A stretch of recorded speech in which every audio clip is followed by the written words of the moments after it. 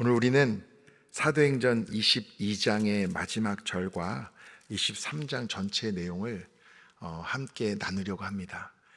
이 내용이 굉장히 많은 것 같지만 사실 거의 소설을 읽듯이 무슨 일이 있었는지가 쫙 기록된 말씀이기 때문에 여러분이 읽으시다 보면은 뭐 이렇게 짧나 이렇게 느껴지실지도 모르는 그런 말씀이에요.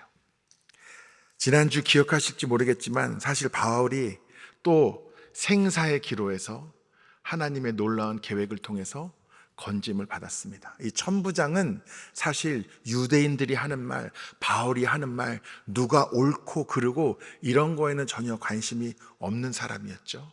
그저 공무원이잖아요. 자신이 맡은 이 지역의 치안이 안전하고 소동이나 혼란이 없어야 되는데 까딱 잘못해서 그 불똥이 자신에게 튈까 그것만 염려하던 사람이었습니다. 그래서 사람들이 이 바울에게 달려들 때 그를 거기서 건져냈는데 특별히 바울이 이뻐서 그런 게 아니고 어떻게 하려고 그러냐면 그를 채찍질해서 한마디로 신문해가지고 이 사람이 왜 이 소란의 원흉인지를 알아내려고 했던 게 이 천부장의 계획이었어요. 근데 채찍질을 하려고 그러니까 바울이 갑자기 뭐라고 그럽니까?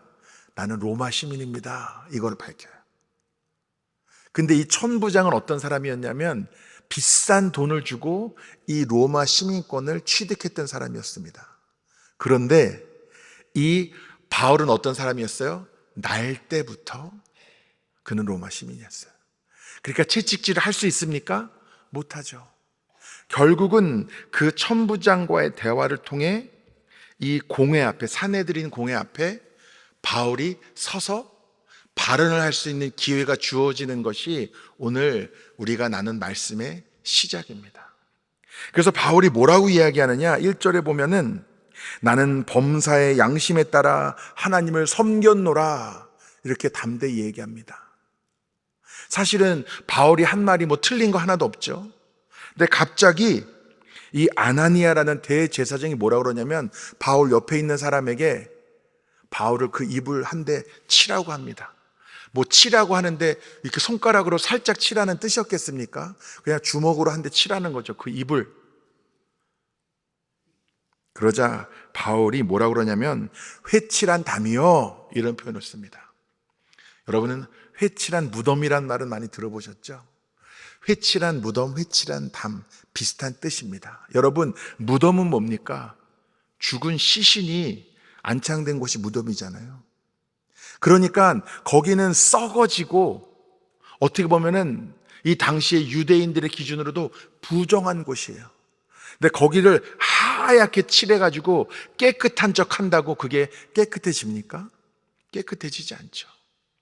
그러니까 지금 당장 그 입을 치라고 명한 사람이 누군지는 모르겠지만 회칠한 담이요 어떻게 율법으로 심판을 하고 그 율법에 따라서 절차대로 이 사람이 죄가 있는지 없는지 판단해야 되는 게 마땅할 텐데 이 유대 지도자라는 사람들이 어떻게 이 절차를 무시하고 이렇게 때리라고 명령부터 하는가 이렇게 비판을 한 거죠.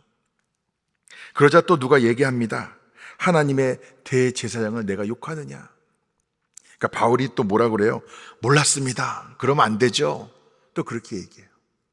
사실 바울이 정말 이 대제사장 아나니아를 알았느냐 몰랐느냐 여기에 대해서 의견이 굉장히 많습니다. 왜냐하면은 원래 바울도 이 공회 출신이고 역사적으로 판단해 볼 때는 젊은 시절에 서로 만나서 구면이었을 가능성이 굉장히 높습니다. 그러면 왜 알면서도 그렇게 얘기했는가? 아니면 몰랐는가? 몰랐다면 어떻게 모를 수 있는가? 사람들이 많이 이야기하는 것이 아마도 바울은 눈이 나빠서 이제 건강이 안 좋았다는 얘기가 있잖아요. 여러 가지로 육신의 연약함이 눈이 좋지 않아서 못 알아본 것이 아닌가 그렇게 추측하기도 합니다. 그런데 그는 분명히 잘못된 것은 잘못됐다고 이야기하지만 동시에 그는 분명히 유대인이었고 바리새인이었기 때문에 대제사장의 권위를 인정하고 자신이 만약 그랬다면 그것은 옳지 못하다는 것도 분명히 인정을 하죠. 근데 그러면서도 바울이 보면서 무엇을 깨닫냐면 여기에는 사두개인도 있고 또 바리새인도 같이 있다는 걸 깨닫습니다. 이 바리새인들은 천사도 부활도 다 영적인 것들에 대해서 있다고 믿은 반면에 사두개인들은 그런 것을 전혀 인정하지 않는 사람들이었어요. 그래서 바울은 부활 때문에 내가 지금 신문 받고 있다 이렇게 얘기함으로써 자신에게 쏠려있던 관심을 이제는 바리새인과 사두개인의 그 갈등으로 그 방향을 선회시킵니다. 그래서 자기들끼리 싸우기 시작해요. 참 극적인 상황에서도 저 같으면 굉장히 떨렸을 것 같기도 하고 두려웠을 것 같기도 하고 당황스러웠을 것 같기도 한데 차분하게 이렇게 지혜롭게 얘기하는 거 보면은 바울이 괜히 바울이 아니구나 그런 생각이 듭니다. 근데 중요한 것은 결국은 그 가운데서도 큰 분쟁이 생기니까 오늘 성경에 뭐라고 기록되어 있냐면 천부장이 볼 때는 바울이 찢겨질까 두려워서 그냥 몸이 찢어져서 죽임을 당할까 그 정도로 분쟁이 격렬해진 거죠. 또 그를 거기서 구해냅니다. 그러면서 우리가 오늘 함께 읽었던 11절의 말씀이 오늘 사실 제가 여러분에게 나누고 싶은 말씀입니다. 11절에 그날 밤 주께서 바울 곁에 서서 이르시되 담대하라 내가 예루살렘에서 나의 일을 증언한 것 같이 로마에서도 증언하여야 하리라 하시니라. 주님께서 바울에게 뭐라고 말씀하셨다고요? 담대하라. 자, 성경에서 하나님께서 저와 여러분에게 두려워하지 말라 이러면은 왜 말씀하시는 거겠어요? 지금 내가 뭐 하고 있으니까? 두려워하고 있으니까. 제가 이 사도행전 22장, 23장 말씀을 읽을 때 제가 상상했던 바울의 모습은요, 두려워하는 모습이 아니거든요. 천부장 앞에서도 나 로마 시민이다. 함부로 하지 말아라. 오히려 당당하게 요구하고 대제사장 앞에서도 회칠한 담이요. 사두개인과 바리새인들 앞에서도 내가 지금 신문당하는 거는 부활 때문이다. 아주 적시족소에 필요한 말을 지혜롭게 일목요연하게 떨지도 않고 잘하는 것으로 그렇게 보였는데 주님께서 찾아와 그날 밤에 담대하라 이렇게 말씀하신 것 보니까 지금 바울이 담대한 거예요? 담대하지 못한 거예요? 담대하지 못한 거예요. 그러니까 나름대로 지금 최선을 다해서 하나님이 이 예루살렘에 보내서 나를 증인 삼아 주셔서 내가 그동안 경험하였던 예수님을 간증하도록 하셔서 전하긴 전하였는데 지금 눈에 보이는 좋은 열매가 사실은 전혀 없지요. 순간순간 어떻게 극적인 위기는 모면하고 간신히 살아는 남았지만 결국 마지막에도 찢겨 죽임을 당할 만한 위기에서 지금 이 천부장을 통해서 또 간신히 목숨을 건진 거잖아요. 내심 하나님이 주신 사명이기 때문에 열심으로 그 사명을 감당하려고 몸부림치지만 눈에 보이는 열매는 없고 오히려 간신히 그 생명만 부지하고 있는 자신의 모습을 보면서 사람들 앞에서는 내색을 하지 않지만 마음속으로는 지쳤을 수도 있고요. 내가 성공하지 못했구나, 실패했구나. 마음속으로는 염려되는 마음도 있고 두려워하는 마음도 있고 지친 마음도 있을 수 있었겠구나.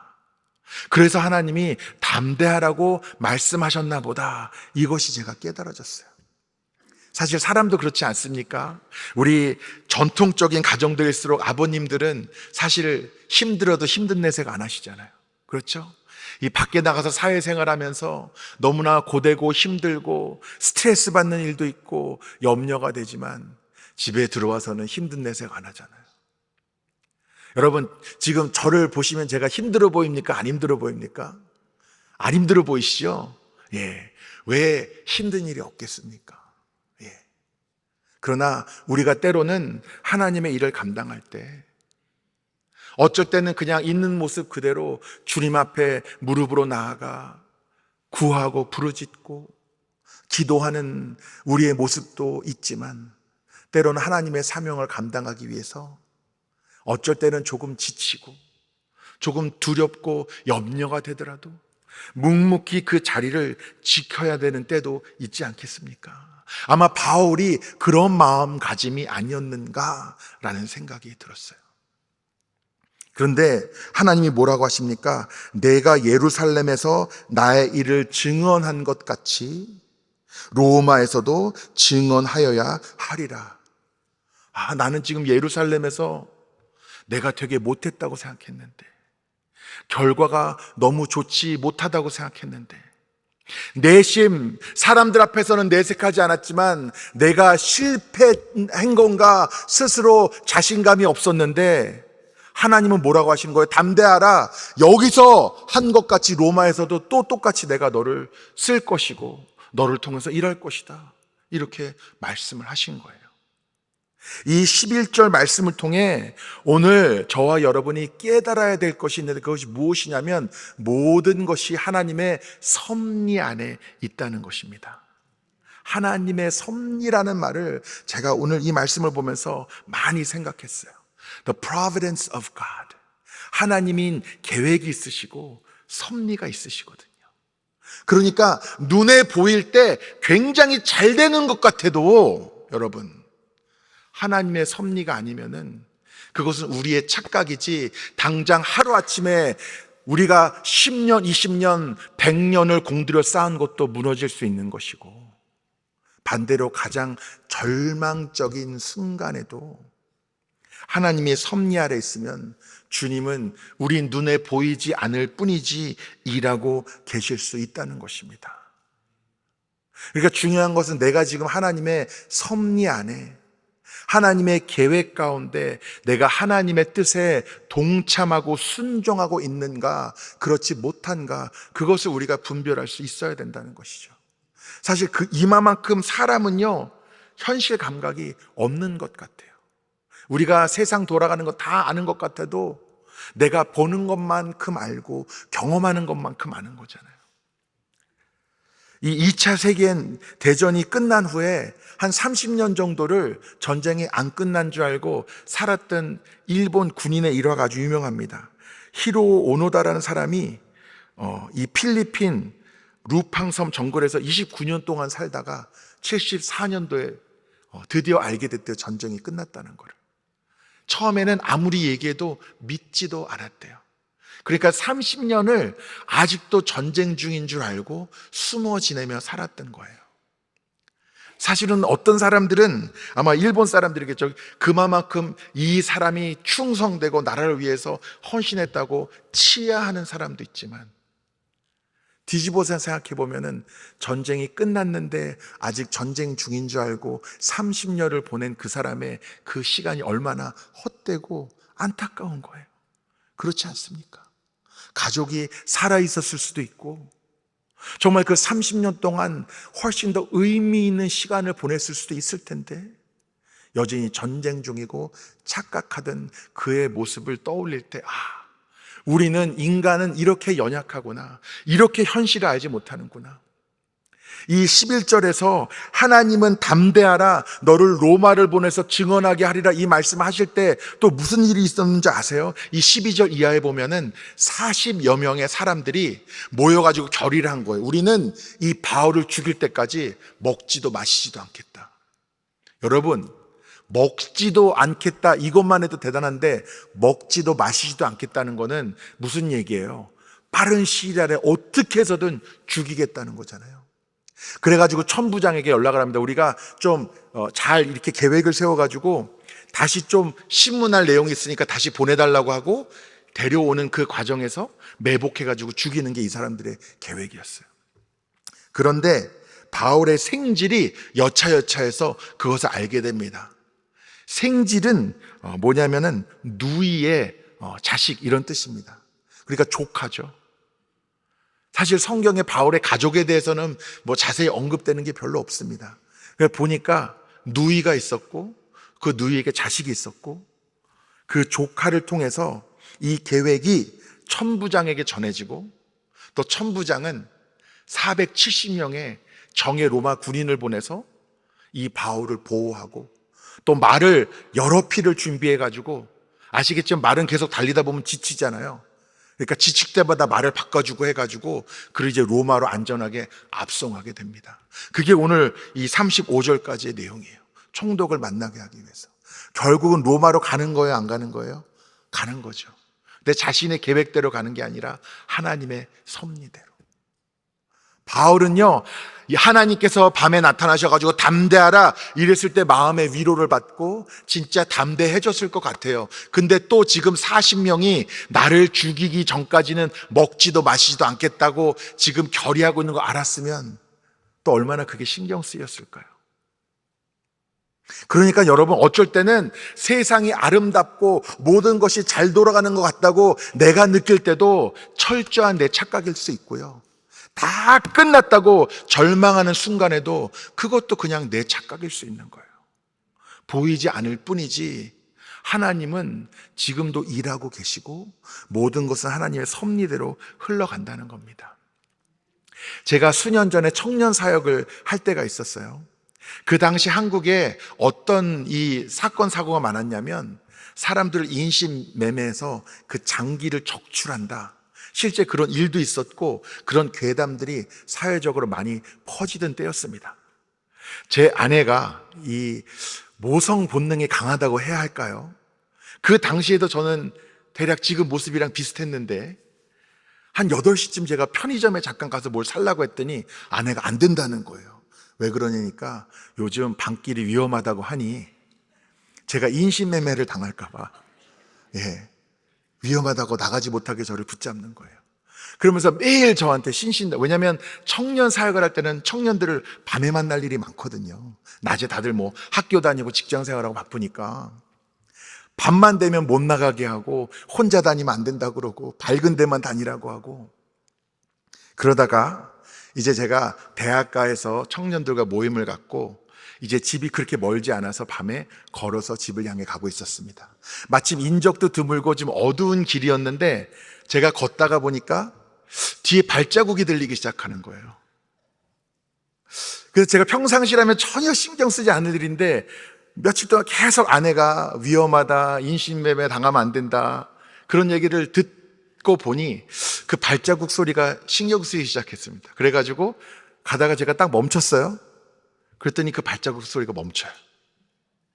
그래서 제가 또 다시 걸어가면은 또 그 발자국 소리가 들려요. 그래서 또 멈추면 또 멈춰요. 그래서 제가 그때부터는 마음에 두려움이 일어나기 시작했습니다. 이거 진짜 나 인신매매 당하는 거 아니야? 이제 가족을 못 보는 거 아니야? 어떻게 해야 되지? 전력 질주로 달려야 하나? 어떻게 해야 되나? 119를 전화를 걸어야 되나? 어떻게 해야 되나? 근데 결국 용기 내서 뒤를 확 돌아봤어요. 그랬더니 웬 여대생이 저를 보고 잔뜩 겁에 질린 모습으로, 그러니까 저는 발소리에 두려워하고 있었고 이 여대생은 등치 큰 남자가 머리도 짧고 어깨도 넓은데 검은 정장을 입고 앞에서 걸어가니 무서워가지고 거리를 유지하고 있었던 거예요. 저를 보더니 전력 질주로 저를 지나서 달려가기 시작하는데, 제가 그때 정말 제 스스로 그 두려웠던 그 순간들을 생각하면서 제 스스로가 한심하기도 하고, 이렇게 사람이 어리석은 존재이구나, 이걸 깨닫게 됐어요. 사실요, 내가 아무리 똑똑하다고 생각해도, 내가 다 계획했다고 생각해도, 모든 것이 완벽하다고 생각해도요, 사람의 계획은 완벽할 수가 없습니다. 제가 전에 그런 그 기사를 봤어요. 어떤 분이 실내에서도 헬멧을 쓰고 다닌다고. 그 얘기 들어보셨어요? 실내에서도 헬멧을 쓰고 다닌 거예요. 그 모터사이클 같은 거 타는 헬멧. 왜 그러니까 지붕이 언제 무너질지 모른다고. 이분은 다 확률적으로 생각하는 거예요. 실제로 지붕이 무너질 일이 있을 수도 있고. 근데 여러분, 세상에 내가 조심한다고 안전합니까? 운전해보시면 아시잖아요. 내가 아무리 안전 운전해도 길이 어떨지, 다른 운전자가 갑자기 어떻게 될지, 내가 노력하고 준비하고 계획하고 조심한다고 완벽하게 안전할 수가 있냐고요. 없지요. 그러니까 오늘도 이 길 가운데서 운전을 하고 이 교회로 오시고 또 나중에 댁으로 돌아가실 텐데 안전하게 집에 도착하셨다면 그것은 하나님의 섭리인 줄 믿습니다. 모든 것이 하나님의 계획과 섭리 아래 있는 거예요. 바울이 왜 담대하라는 하나님의 음성을 들어야 했습니까? 담대하지 못했으니까요. 하나님을 사랑하는 마음으로, 순종하는 마음으로, 때로는 눈에 보이는 실패가 나를 짓누를지라도 사람들 앞에서만큼은 내색하지 않고 어떻게 해서든 꾸역꾸역 자신의 그 간증을 전했지만, 지금 이 천부장을 통해서 간신히 목숨을 건진 자신의 모습을 보니까 예루살렘에서 전하라고 하셔서 전하긴 전했는데 철저하게 실패했다고 여겼을 수도 있는 거예요. 그러나 하나님은 그것을 실패로 사용하지 않으시고 하나님의 섭리 가운데 그 계획을 이루어가고 계셨던 거예요. 뿐만 아니라 이 사람들의 계획대로라면은 당연히 죽어도 몇십 번을 죽었어야 맞는데 하나님의 섭리 가운데 사실 바울의 생명에는 조금도 관심이 없던 이 천부장과 로마의 군인들을 통해서 그를 안전하게 로마로, 본인들 입장에서는 죄수를 압송하는 거라고 스스로 생각했을 수도 있지만 결국은 하나님의 섭리 가운데 그들도 쓰임을 받아서 로마에 가서도 하나님을 증언하여야 할 이 바울을 그들이 보호하고 인도하고 있었던 것이죠. 모든 것이 하나님의 섭리 아래 있었기 때문입니다. The providence of God, 하나님의 섭리. 여러분, 저와 여러분도 하나님의 섭리 가운데 있음을 그렇게 믿으십니까? 제가 가끔 우리 성도님들 만나서 신방하다 보면은 말 못할 고생을 하시는 분들도 많거든. 지금도 미처 그 문제들이 다 해결되지 않고 그 육신의 아픔과 연약함들이 다 치유되지 않아서 낙심하고 지친 분들도 많이 만나거든. 여러분, 우리의 교회의 역사도 어떻습니까? 기쁘고 즐거운 순간도 있었지만 힘들고 고통스럽고 아픈 순간들도 있었잖아요. 여러분의 삶과 신앙의 여정에서도 말 못할 실패로 느껴지고 그것이 비참함으로 다가오고 고통으로 여겨지는 순간들도 있으셨잖아요. 그러나 하나님께서는 저와 여러분을 사랑하지 않으시기 때문에 방관하신 것도 아니고 능력이 부족하시기 때문에 우리를 돕지 못하시는 것도 아니라는 것을 여러분 깨달으시기 바랍니다. 하나님은 전지전능하시기 때문에 하나님이 뜻하시면 못 이룰 일이 없으신 줄 믿습니다. 우리를 향하신 하나님의 그 사랑은 끝도 없고 한도 없기 때문에 세상 그 누구를 통해서 받은 그 사랑보다도 놀랍고 크고 위대하신 하나님의 사랑이 저와 여러분 가운데 부어지고 있는 줄 믿습니다. 그럼에도 불구하고 우리의 신앙의 여정에 그리고 우리의 삶에 때로는 실패 같은 순간들 그리고 고통들이 허락된다면 그 모든 것도 하나님의 섭리 가운데 있는 줄 믿습니다. 아니, 하나님이 나를 사랑하신다면, 아니 바울도 하나님이 특별히 사랑한다고 말씀하셨다면 왜 이렇게 고생을 하게 허락하시나? 그냥 좀 쉽게 간단하게 빨리 하나님의 뜻을 이루시면 안 되는가? 이렇게 하나님께 묻고 싶은 마음이 들지도 모르겠습니다. 그런데요, 여러분, 바울은 어떤 사람이었습니까? 하나님 믿는 사람들을 쫓아다니고 잡아들이고 고문하고 죽이는 그 일에 동참하는 사람이었습니다.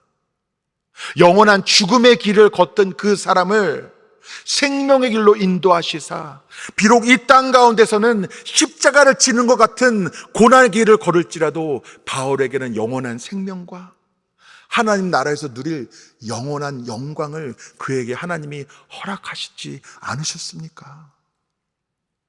오늘 주님 앞에 저와 여러분도 진실되게 고백할 수 있는 믿음의 고백이 있어야 되는데, 나는 하나님을 믿는 것이 그저 이 땅 가운데서 잘 먹고 잘 살기 위해서 축복받기 위해서 주님에게 구하고 예배하는 자인가 아니면 비록 이 세상 가운데서는 좁은 길, 고난의 길, 십자가의 길을 걸을지라도 영원한 하늘의 상급과 그 영광을 사모하는 자인가?